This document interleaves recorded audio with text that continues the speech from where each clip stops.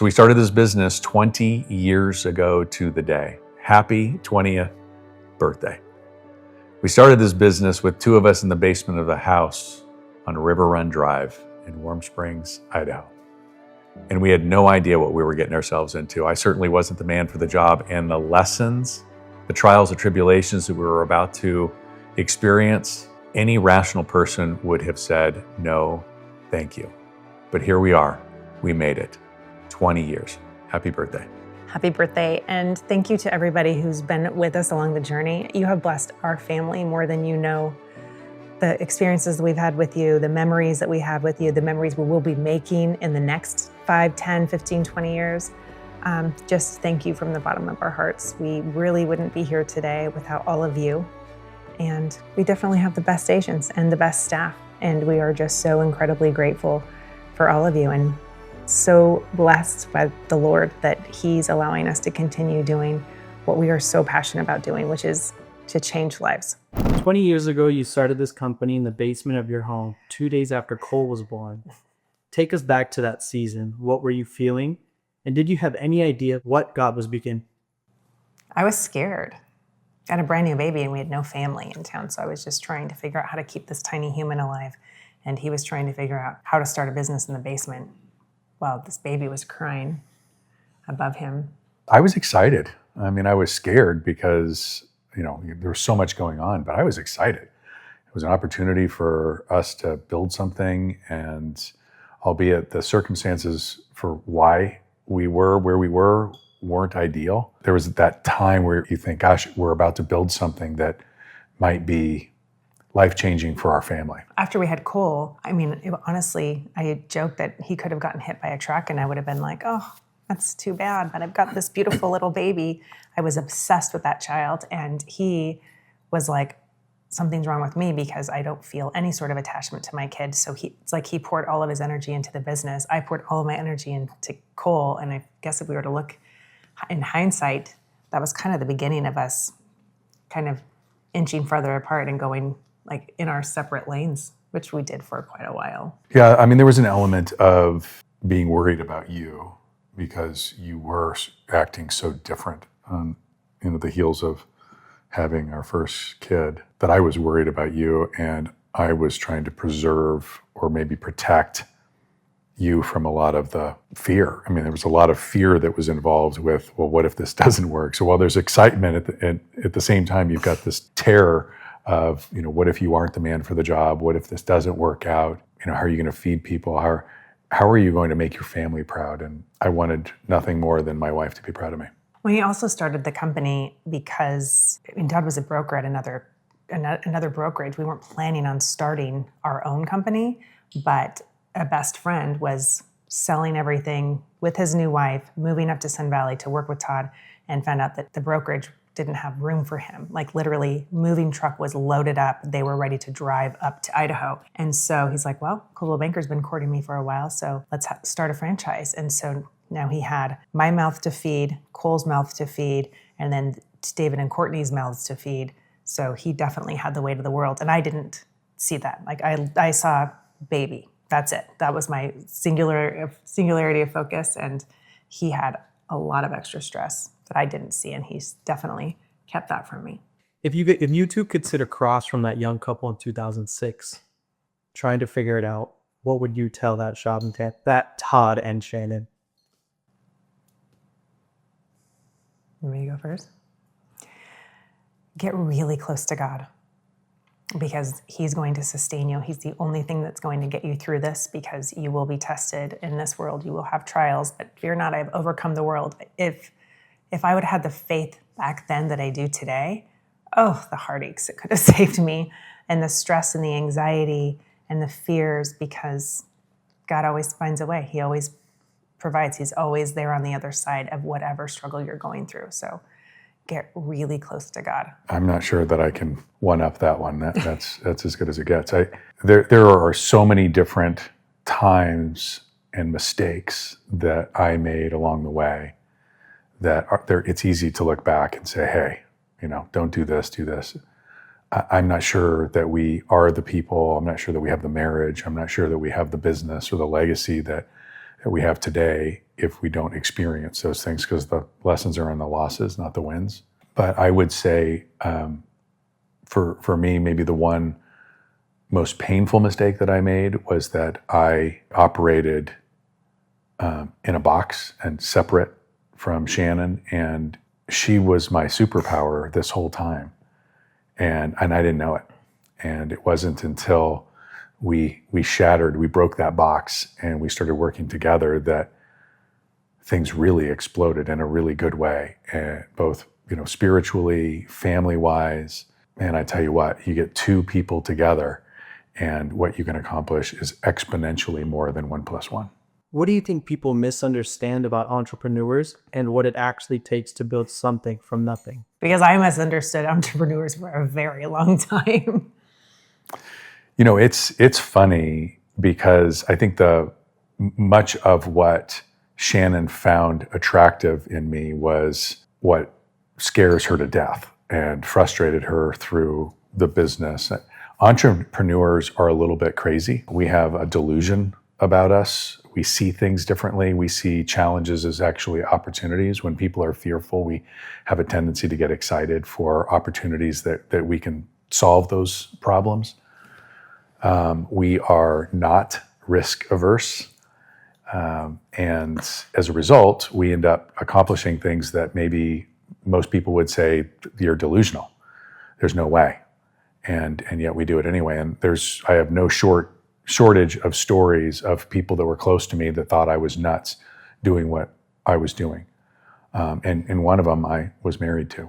So I think if you are going to be in a relationship with an entrepreneur, you need to remind yourself that they're crazy, which is that excitement that you probably fell in love with, and you need to give them that outlet to be able to go do what they do. And it's not going to be easy. It's going to be late nights. It's going to be hard work. It's going to be stress. There are going to be wild peaks and wild valleys. But that's how they're wired. Yeah. Don't be the wet blanket.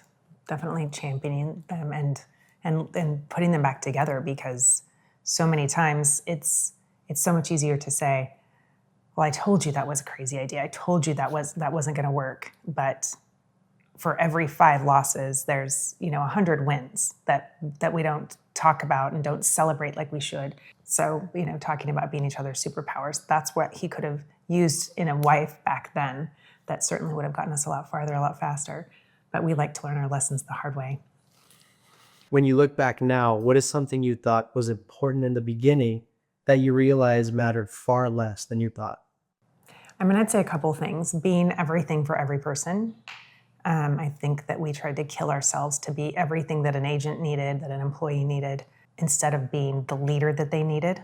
Just needing to be, Todd used to always talk about operational excellence, which I'm not saying is not important at all, but doing it anyways, even when you don't have all the answers figured out, and just trusting the process. And that's where the real growth. What do you say to that one? Yeah, I think that's an uncomfortable place for you, right? I'm a jump first, look later, and you're the opposite. So that all tracks for me. I think for me, whether I like to admit this or not, the opinions of others mattered to me before. And I don't want to offend people. I don't want to hurt people's feelings, but their opinions are not as important to me today. And I wish I would have learned that lesson a long time ago. From the outside, people saw the growth, the acquisitions, and the success.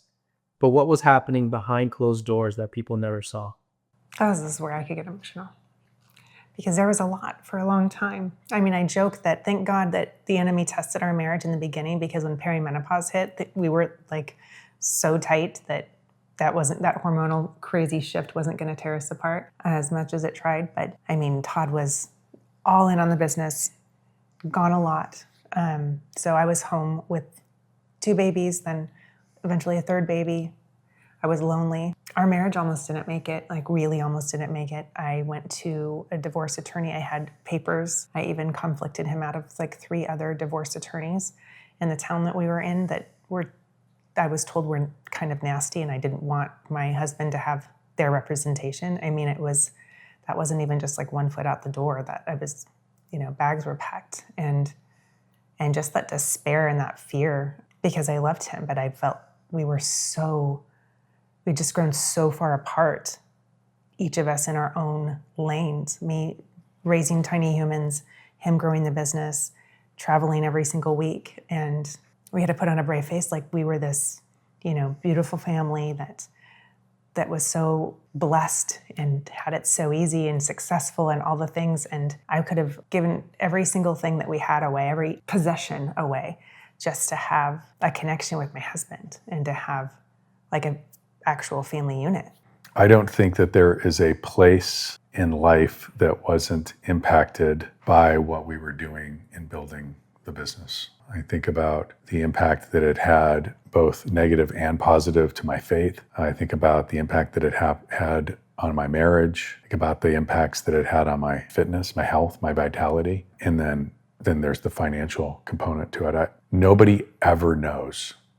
Today, I am so passionate when I talk about the 4 foundations. I am so passionate about trying to call people out of their fog and into something better.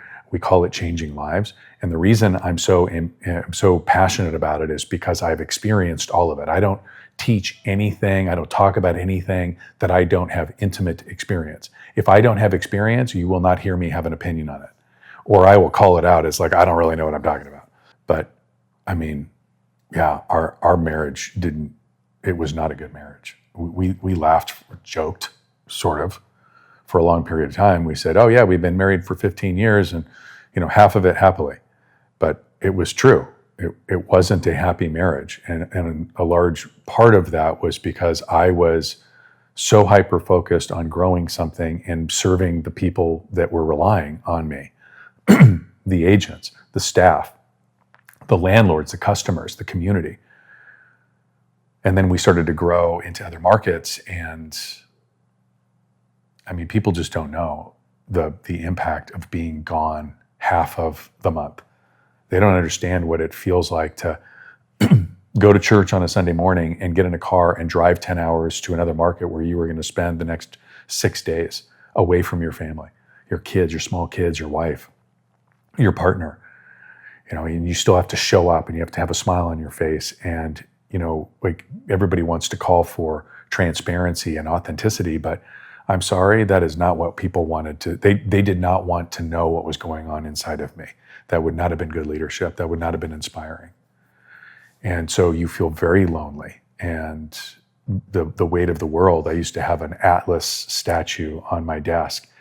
And I felt it. I'd see that. And that's exactly how I felt. I felt the weight of the world on my shoulders. And I can remember getting to Thursday. I was supposed to go home on Friday afternoon. And I remember getting to Thursday and I just couldn't.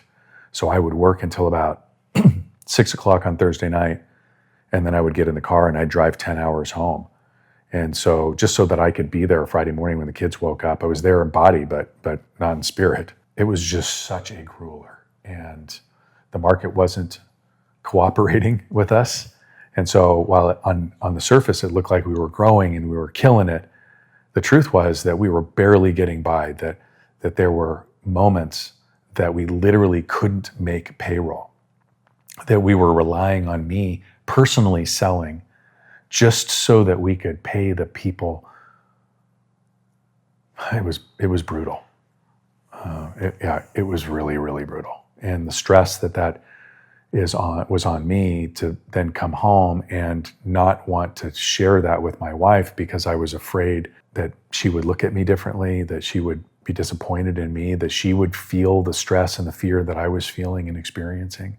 I could spend an hour talking about this.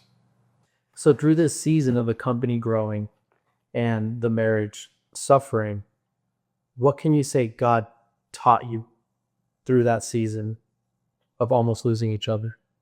Somebody told us this cute line, the secret to staying married for a long time is that both of us didn't want to get divorced at the same time. So when one of us was ready to leave, the other one was hanging on to God and hanging on to the other. And what it taught me is, I questioned my faith a lot during this, honestly. For somebody that's so close, so faithful, I pray for delusional faith every single day. That's in my prayers. And what it taught me is that God doesn't ever leave you. He's always right there. And all I needed to do was lean in a little bit. But he walked us through all of those seasons. And, when it seemed like such despair, like there was a point we had $270 in our bank account, payroll was due the next day or the next week. There was a time when, when I was ready to file divorce papers, everything, like we get right up to the line. The enemy wants to win so bad, and God would not let him, because he didn't leave us once. There are two things that come to mind with that question. The first was I had, for a very long time, been a Christian and, go to church on Sunday kind of thing.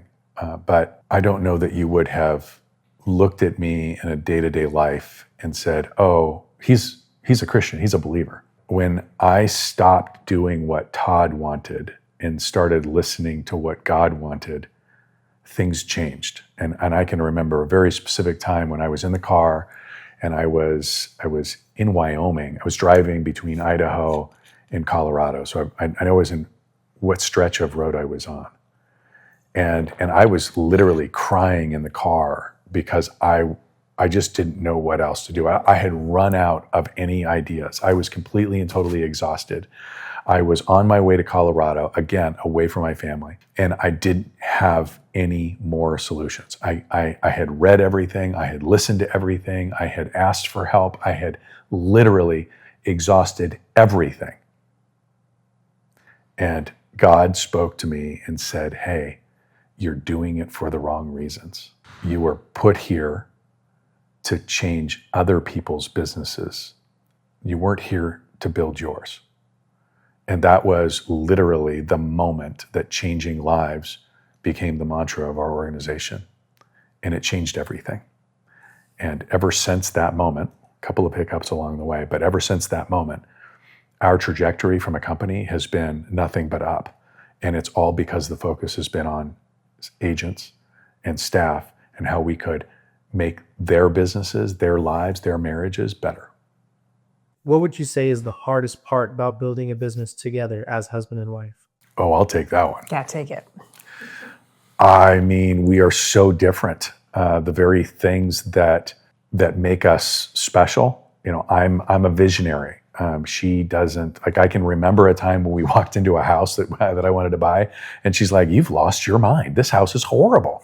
But I could see it. Like, I could see the bones, and I had to literally take painter's tape and tape the floor where the kitchen island would go and where this wall would go, and take this wall out, and that house turned out to be one of our most favorite homes ever. It was just such a cool house with cool bones, but you had to have vision to be able to see it. And while that's great, with vision without operational excellence and discipline, well, you're in trouble. But you need each other. And so it's been interesting to build and scale this business together as one, but being so different. And what used to frustrate me about her, now I so appreciate it. It's been an absolute blessing. Right. We definitely had to learn to lean into each other's strengths a lot more, because otherwise, like, it was almost like butting heads, because I wanted it to do something this way and I wasn't taking the risks. But if we wouldn't have taken the risks that he wanted to take, we wouldn't be where we are today. And so you need to have someone whose head is in the clouds and someone else whose feet is on the ground. I mean, so it took us a very long time to realize that we complement each other perfectly. It's not an accident. God definitely put us together on purpose, but it was really hard at first. And I'm married to a very maverick sort of a man that does not like to be controlled. So if it was my idea, I felt like even if it was my idea, it was never going to happen, because he wasn't going to be controlled or told what to do, even if it was the right idea. So when did you realize the person you were frustrated with was actually the person God gave you to help you carry the weight? About 3 weeks ago. Just kidding. Oh, that's so cute. Honestly, I mean, because I didn't work in the business for a long time. I did at first because my background is in banking, so I would help with the books, and that was a disaster because I saw how much money he was spending in the company, and I would freak out. And he's like, I don't think this is going to work. We need to have somebody else. Like, we need to have, no transparency. This is too hard on our marriage. When did I come back into the business? Maybe 2014, and really realizing then I was able to step back in and use my superpowers to help the business from a financial standpoint, a budgeting standpoint, a forecasting standpoint, but then also see, wow, I know I was in the numbers when we started, when we had 4 agents, and now we had 100 agents, and oh my goodness, how incredible of a company that my husband, this man that I'm married to, has been able to grow in spite of me, honestly. Kinda. No, I mean, in the best of ways. These are all the mistakes that you make as you go along, and by the grace of God, we were able to get through them, and you learn from those things. But I will say that was a very pivotal moment for me, was when my wife was like, wow, you actually did something pretty cool. And I think as a man, and maybe I'm unique, but I don't think I'm that unique. I think that, I just wanted to hear my wife say, well done, good job, thank you. And I'm proud of you. I'm proud of you. So you've had seasons where financially, emotionally, and mentally, you didn't know how you were going to make it. What kept you going? There's no other delusional faith. Yeah, delusional faith. Look, as an entrepreneur, anybody who operates a business knows this. But there are many, many, many, many, many times where it would be perfectly rational for you to quit, and we just didn't. We just kept going. Every challenge there was, we just found a solution, and God just kept opening doors for us. The more faithful we were, the more doors were opened, and he just never stopped. Well, and we also had built up the company and lived in this big, huge, beautiful home in Sun Valley, Idaho, and living this incredible life. And then 2008 happened, and we lost everything. Short sold multiple properties, and moved from one rental to a crappier rental to a crappier, even crappier rental. We just kept, it wasn't getting better because, at that time we were putting everything into the business and then acquiring other offices. And we lost everything, every possession, and then we built it right back. So at that point, it's well, if we did it once, we did it twice, we could do it again. So if everything is stripped away from us, I have my husband that I'm madly in love with, and we have these 3 beautiful boys. And what else matters? Nothing. Looking back on the hardest seasons, losing Shannon's dad, parenting struggles, financial fears, betrayal, business challenges, where do you see God's hand now? It's crazy when you walk through all of those challenges. I lost my dad 2 weeks before our first acquisition. We'd like to have really unfortunate timing when we do anything, it appears. Having a child that's neurodivergent with some additional needs. But then, you get out of the season, and I feel like we've had so many of those God moments where we had $270 in our bank account, and then Todd miraculously remembered this envelope in a rusty filing cabinet that had been moved 17 times from each of our crappy rentals that had $7,000 in cash. The number 7 in the Bible is completion and perfection. So God just gave us all these signs. So at this point, bring it. I don't want to dare, but God has, we have enough stories and enough wins where I'm oh my gosh, we didn't see God, feel God, hear God, but we see it now a year later, 2 years later, 10 years later. We just graduated that kid with special needs by the grace of God, and just all of the things that he's been through, he's put us through, we put him through. His hand is just in everything. And so I can honestly say for myself, I have learned to literally be still and know and listen for his whispers, because this incredible quote that I heard, the devil yells and God whispers because he's so close. And so I just listen for the whispers. A lot better now. He was just preparing us. At every junction of our business growth over the last 20 years, I have never been the man for the job. And I had to become the man for the job. And I just look back and all of the struggles that we went through were all preparing us to be able to do something bigger and better and more impactful. So they were hard, but there's a lot of people that go through a lot of hard in life. The question is whether or not you see it as a gift from God or whether you see it as a curse from the devil. And I'm with Shannon. We're very, very still. We listen. We live in Arizona as a result of listening to God. And I think that it helped us save one of our kids' lives. So I listen a lot, and I hope to not have to learn as many lessons as I have in the past. But all those lessons serve us to be the leaders, to be the spouses, to be the parents, to be the community members that we are today. What did failure teach you that success never could? It taught me everything. I'm not sure that I really learned much in the wins. I mean, it's nice, they're fun. And you get to look back and go, oh, wow, I guess that was a pretty good move. I would say most of those were more luck than good because I wasn't the smartest guy in the room. But every one of our losses had a lesson in it. I hold them very close. We strive not to make those same mistakes twice. I think failure taught me to have gratitude more than success ever could teach me gratitude.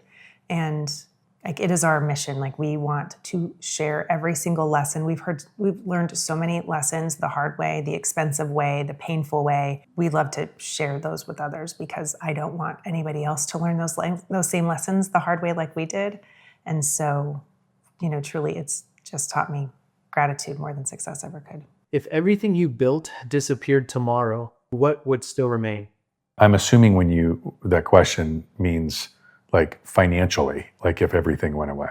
We have 4 foundations and they're in order for a reason: faith, family, fitness, and finance. So I don't know. I mean, you lose 25% of your foundation, we just rebuild it. I still have my faith. I still have my family. I still have my health, vitality. I think I'm doing pretty well. I can't add anything to that. I still have my faith and we just build it up again. Yeah. Can you tell us about a person whose life was changed through this company? A story that reminds you why you do this. There are so many lives that we have changed. 20 years. So we've had hundreds, would you say thousands at this point? I mean, sure. Of agents. I mean, some have come through and left for short periods of time, longer periods of time. At the end of the day, we have touched so many people's lives. And I couldn't even just pick just one. There's just too many. And I guess at the end of the day, they all helped to change my life, our marriage, our relationship, because they have made me a better leader through every story that we've been blessed to be part of, every sorrow that we've helped someone through, grieved through with them, they've grieved through with us.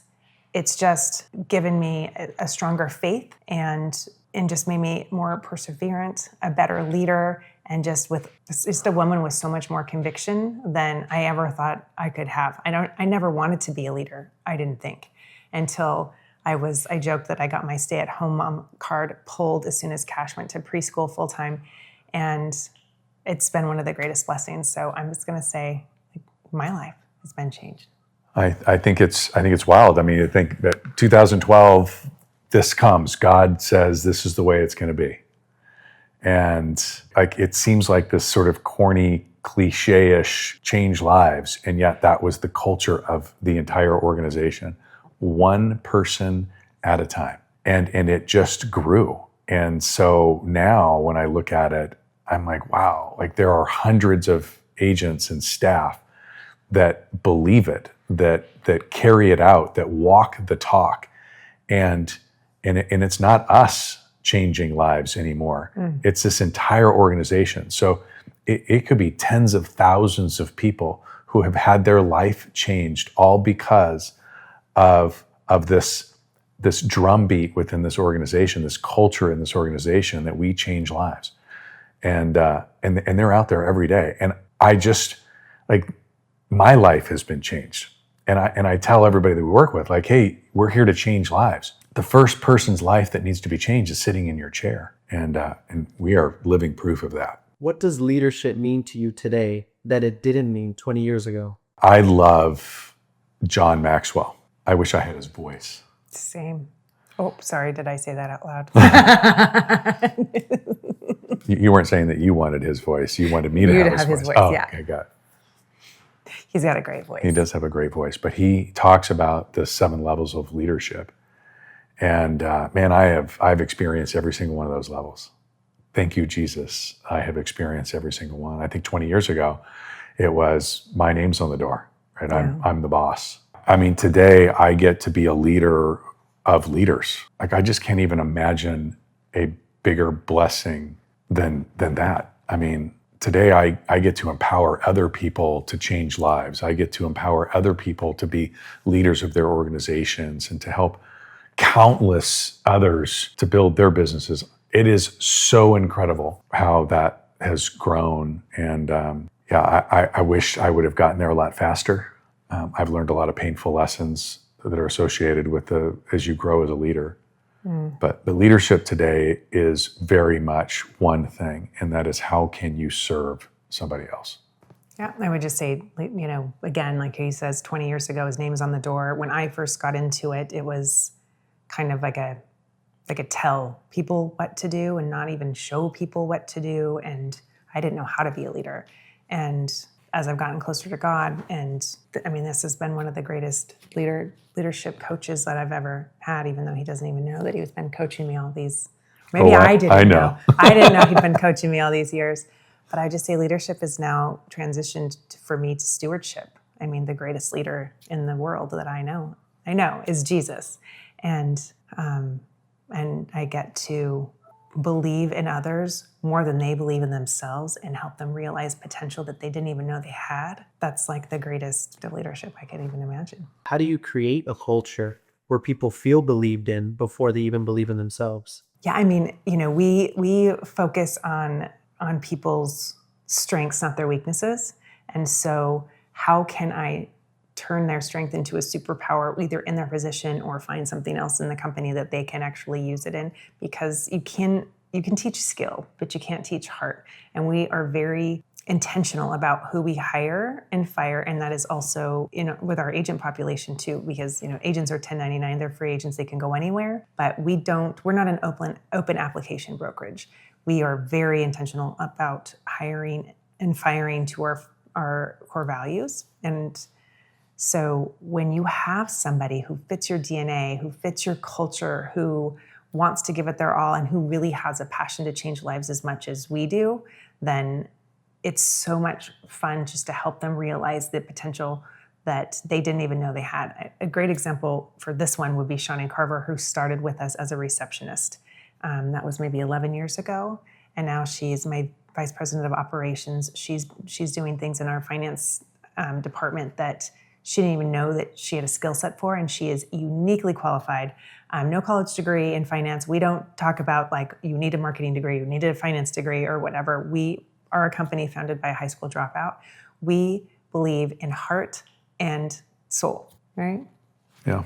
So I think that this is literally why I was put on this planet. That piece right there. It wasn't to be a leader, it wasn't to be an entrepreneur. It was literally to help other people see what was possible. I believe so much in other people that this is not a talent-based thing. Like you don't have to have an IQ that's off the charts to be able to be somebody special, to change other people's lives. And so when I talk to somebody and I see why they want to win, and I see passion behind what it would feel like to accomplish something great, big G great or little g great, and I have an opportunity to transfer my belief into them, oh my gosh, like that is the greatest gift on the planet.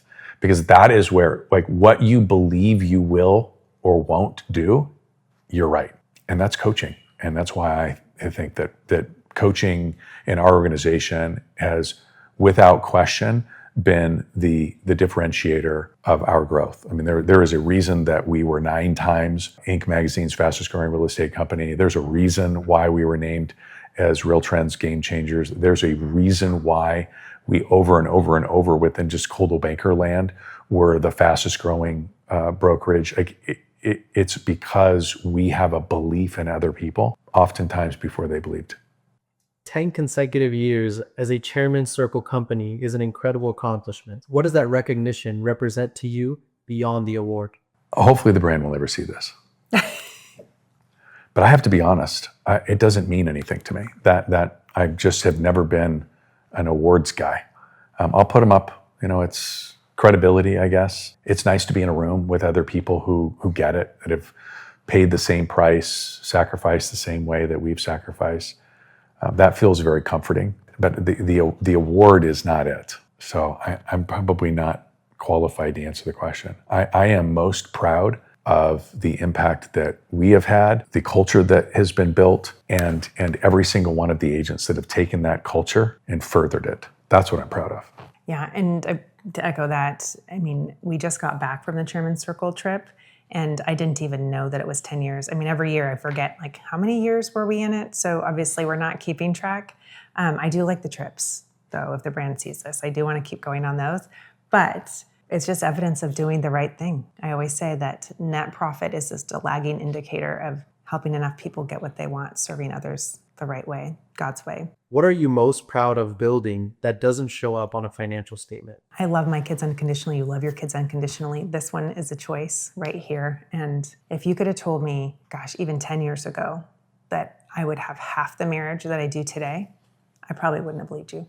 I'm proud of my kids too. And I continue to be proud and frustrated, obviously, and all the things. But yeah, I always said being a wife is the hardest job I've ever had. And it's also the most rewarding. And when you are in lockstep and you are to have become one and you are each other's battle mates. And so he's giving 150% when I'm only showing up 50%. And I'm giving 175% when he's only showing up 25%. It's spectacular. I highly recommend marriage. I haven't always been able to say that with a straight face or with a smile on my face. I just think that so much of what we do today is just not intentionally, but intentionally being role models for other people so that they can see, hey, you can literally have it all. You can be a disciple of Jesus. You can build a badass family, the one that breaks generational curses of divorce and dysfunction, that you can build great young men, not toxic masculinity nonsense, like really strong, compassionate, kind gentlemen, and that your marriage can show them what it means to be a woman, a wife, a godly woman and wife, and a godly man and husband. And you can do all of these things and have the schedules that we keep and still make our health a priority as the temple that was given. This is our vessel, and to treat it that way, and that will all make building a business that is impactful and legacy building for hundreds, thousands of people. You literally can have it all. When Cole, Quinn, and Cash look back someday, what do you hope they say they learned watching their parents build this? I hope they'll want to build one too. I'm not sure that'll be the truth, but I hope it wasn't so scary for them, that they did learn valuable lessons along the way, that we were able to protect them from some of the things that were not age appropriate maybe. But I hope that they learned that there's nothing more rewarding than chasing after God and building a great family, and that the business is just sort of a lagging indicator of who the men that they have become. Yeah, I can't really add anything to that. Never, ever, ever, ever give up. Chase after God, as you said. After everything, the wins, the losses, tears, prayers, mistakes, miracles, if you had to sum up these 20 years in one sentence, what would it be? What a freaking ride.